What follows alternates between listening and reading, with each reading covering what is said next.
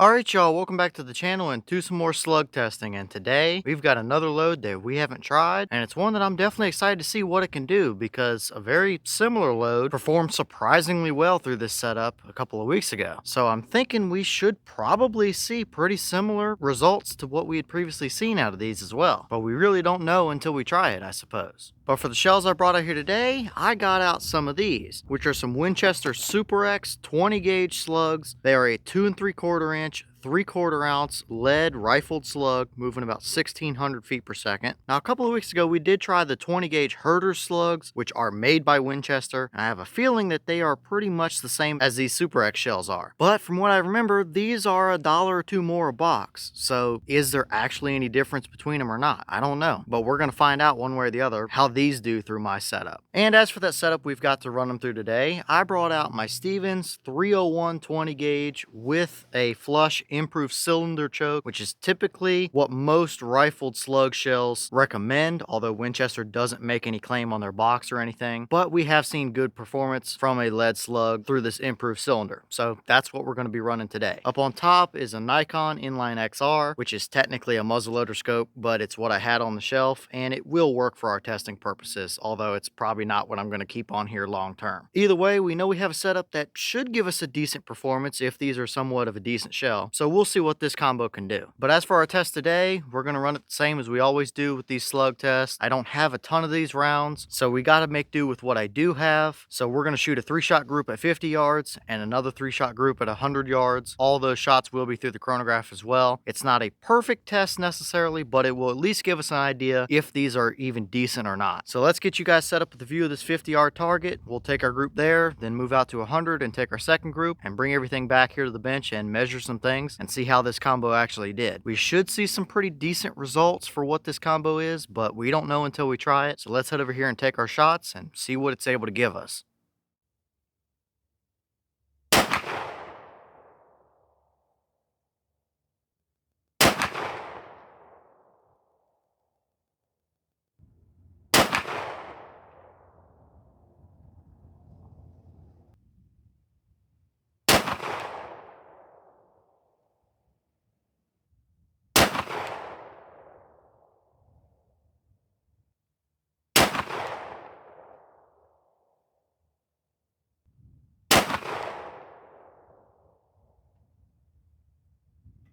Alright, so let's take a peek at our chronograph numbers here real quick just to see what it gave us. I apologize for the weird shadows, but the sunlight this afternoon is kind of all over the place. Either way, the boss claim was 1600 feet per second, and we did not quite see that. We were bouncing in the mid 1500s, it looked like. Now, we do have a 26-inch barrel on that 301, and chances are they probably tested it at the factory through a 28-inch, so that does make sense. But for a high, we had 1559. For a low, we had 1523. That gave us an average of 1546 feet per second. And of course, here is all your energy numbers and stuff up on the screen for what a 3/4 ounce 20 gauge slug would be putting out at the muzzle, so you guys can see what kind of energy we're actually carrying. Our extreme spread was 36 feet per second, and we had a standard deviation of 12. So ultimately, they seem to be pretty consistent for a relatively cheap 20 gauge lead rifled slug. We didn't quite see that boss velocity, but out of our barrel and setup and stuff, I think mid 1500s is pretty realistic, all things considered. So not looking too terrible for a velocity, but what kind of accuracy were we actually able to get out of them? Let's go over to our target and measure some things out. Alright, so let's take a look at our targets here and see what these Super X slugs were actually able to give us. We'll start on the left with our 50-yard target, which doesn't look bad, all things considered. It might not be quite as good as what the herder shells gave us from what I can remember, but still, that is easily smaller than your fist, without a doubt. So let's measure the 50-yard group and see what it gave us. Alright, so 50 yards, we had 1.83 inches, and that is from center to center on those top two holes up there. So 1.8 inches at 50 yards.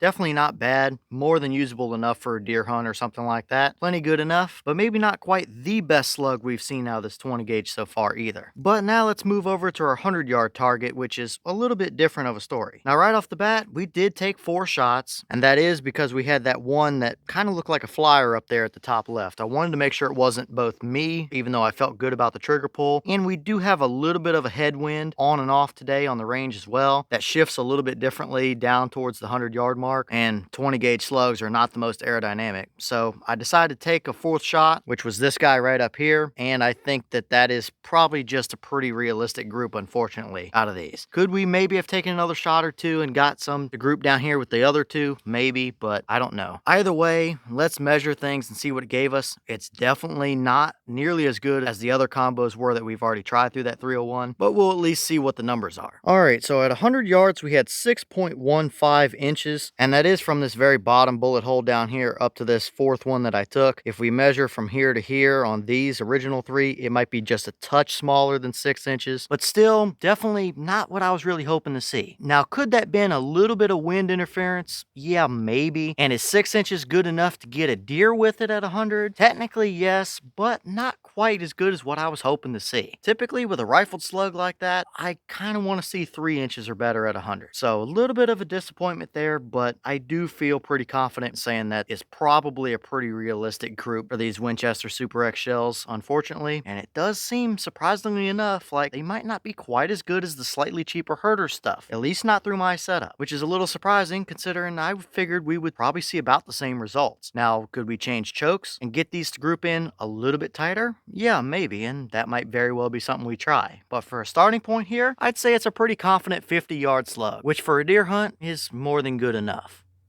Alright y'all, well, what did you think about that performance there? Looks pretty decent at 50 yards. Can't really complain too much about that for a 50-yard deer group. That's going to get the job done just fine. Now out at 100, we start to get a little bit more disappointed than what I was kind of hoping to see. I mean, technically, yes, 6 inches is good enough for a deer, but it's not really what I'm looking to see. But really, it's a cheap 20 gauge rifled slug through a cheap 20 gauge single shot shotgun. So I think it's probably pretty realistic for this setup that we tried today. Could we change chokes like I said a minute ago and tune them in a little bit? Possibly so. But so far, it seems like the herders, which are just a rebranded Winchester shell, might perform a touch better out of my setup for one reason or another. But either way, let me know what you guys think in the comments. Is that about what you expected to see? Were you a little surprised one way or the other? Have you tested any of the Super X 20 gauge slugs? And if so, what kind of results have you seen out of them? And is that good enough that you would take out on a deer hunt? Or would you probably want to limit your range a little bit on that one? Let me know all that down below. But with that being said, I've got some more testing to get done for you guys, so I'm going to get back to it. As always, we have the channel Instagram as well as the mailbox, where you can send stuff if you'd like. All that information will be in the description if you're interested in it, but I'm going to get back to it, so I'll see y'all in the next one.